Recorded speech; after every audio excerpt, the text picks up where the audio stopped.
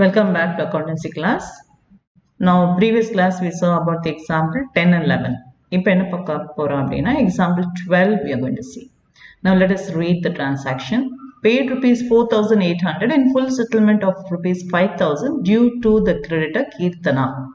Okay, first இந்த transaction நல்லா புரிஞ்சுக்கணும். எவ்வளோ பே பண்ணியிருக்காங்க அப்படின்னா 4,800 rupees பே பண்ணியிருக்காங்க. எவ்வளோக்கு? In full settlement of 5,000. 5,000 pay பண்ண வேண்டிய இடத்துல 4,800 பே பண்ணியிருக்காங்க. So 5,000 is the due. டியூனா என்ன? பாக்கி. யாருக்கு?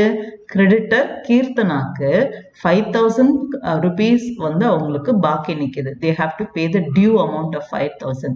பட் எவ்வளோ பே பண்ணியிருக்காங்க? 4,800. இந்த டிரான்சாக்ஷன் மறுபடியும் படிக்கலாமா? paid 4,800 in full settlement of 5,000 due. Full settlement due எவ்வளோ? 5,000 to creditor Keerthana. சரி, இது வந்து cash transaction because cash is involve.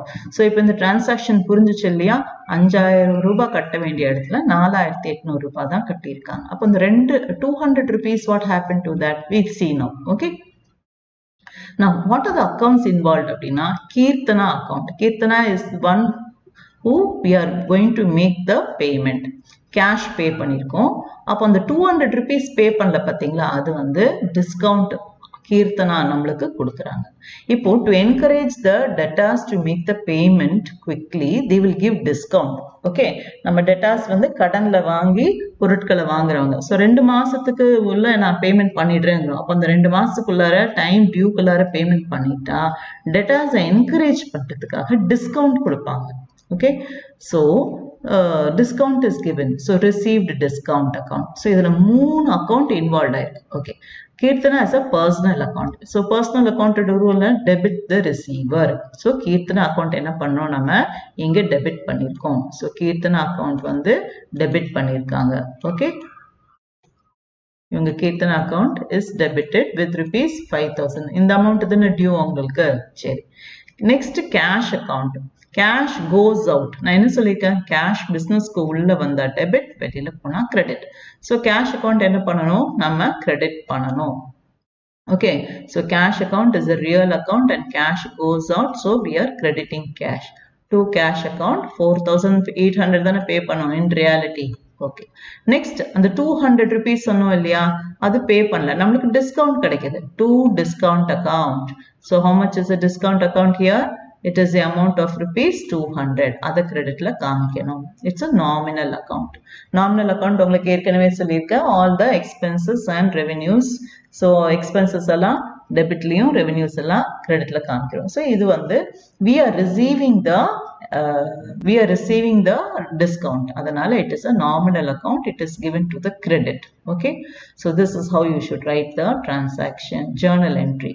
So இந்த டிரான்சாக்ஷனுக்கு கீர்த்தனாக்கு 5,000 rupees பே பண்ண வேண்டிய இடத்துல 4,800ல தான் கேஷ் பே பண்ணிருக்கோம். 200 டிஸ்கவுண்ட் கிடைச்சிருக்கு. அதனால கிரெடிட்ல 4,800 கேஷும் டிஸ்கவுண்ட் 200 காமிச்சு கீர்த்தனாவுடைய அக்கௌண்ட்டை 5,000 டெபிட்ல போட்டு இந்த அக்கௌண்ட்டை நம்ம க்ளோஸ் பண்றோம். This is how you have to do this transaction. Next, transaction 13. Example 13. Dinesh, a customer, is declared insolvent and 40 paise in a rupee is received from the estate for his due 10,000. அப்படின்னா தினேஷ் வந்து நம்மளோட customer. He is declared insolvent. Insolventனா கடனாளி ஆயிட்டார். அவர் கையில் சுத்தமா காசே இல்லை. He cannot repay back our dues. Okay, நம்மளுக்கு எவ்வளோ டியூ கட்டணும் அப்படின்னா அவருக்கு 10,000 rupees கட்டணும். ஆனா அவர் என்ன சொல்றாருன்னா, என்னால ஒரு ரூபால 40 காசு என்னால பே பண்ண முடியும். That is how you have to calculate here children. So 40 paise in 1 rupee means what will be for 10 rupees? It is going to be 4 rupees. அப்படி நீங்க கால்குலேட் பண்ணணும். So if it is for 10,000 rupees, it is 4,000 he can pay. Okay, அப்போ எவ்வளவு பே பண்ண முடியாதுன்னா 6,000 rupees அவரால் பே பண்ண முடியாது. This is the concept. This is the idea behind it. Okay, of giving the sum like this. So Dinesh, a customer, is declared insolvent and 40 paise in a rupee is received from the estate for his due 10,000. அவர்கிட்ட இருந்து due 10,000க்கு ஒரு ரூபாயில 40 காசு தான் வாங்க முடியும். ஏன் அப்படின்னா அவர்கிட்ட காசு இல்லை. He is declared insolvent. Court declares that he does not have any money. Okay, சரி. இப்போ நம்ம இந்த டிரான்சாக்ஷன் பண்ணலாம். ஸோ 3 அக்கௌண்ட் இதில் இன்வால்வ் ஆயிருக்கு. ஒன்று கேஷ் அக்கௌண்ட், இன்னொன்று பேட் டெப்ஸ் அக்கௌண்ட், இன்னொன்று தினேஷ் அக்கௌண்ட். கேஷ் அக்கௌண்ட் நம்மளுக்கு தெரியும். ஓகே, பேட் டெப்ஸ்னா என்ன?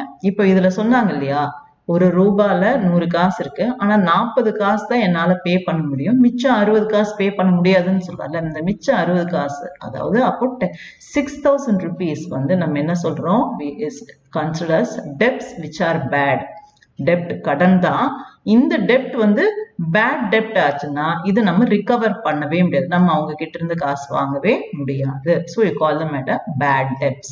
Okay, and Dinesh is a personal account. Okay, now cash is coming into the business debit. As I told you, when cash comes in, debit cash. So cash உள்ள வருது, debit பண்ணியாச்சு. சரி, bad debts எவ்வளோ கட்ட முடியாதுன்னு சொன்னதும் it is a nominal account, debit all expenses. Now this is an expense, bad debt is an expense to the business. Okay, so debit that account. Who is paying here? Person. It's a personal account. Who is paying? Dinesh. So Dinesh account enna pananum, credit pananum. Okay, so cash account data evlo cash வந்து the business kulla 4,000 evlo varala. Debts which become bad are called bad debts and expense, and it is an expense, so it is a 6,000 which is debited. So one who is settling the amount is Dinesh. Avaroda account வந்து 10,000 நம்ம காமிக்கிறோம்.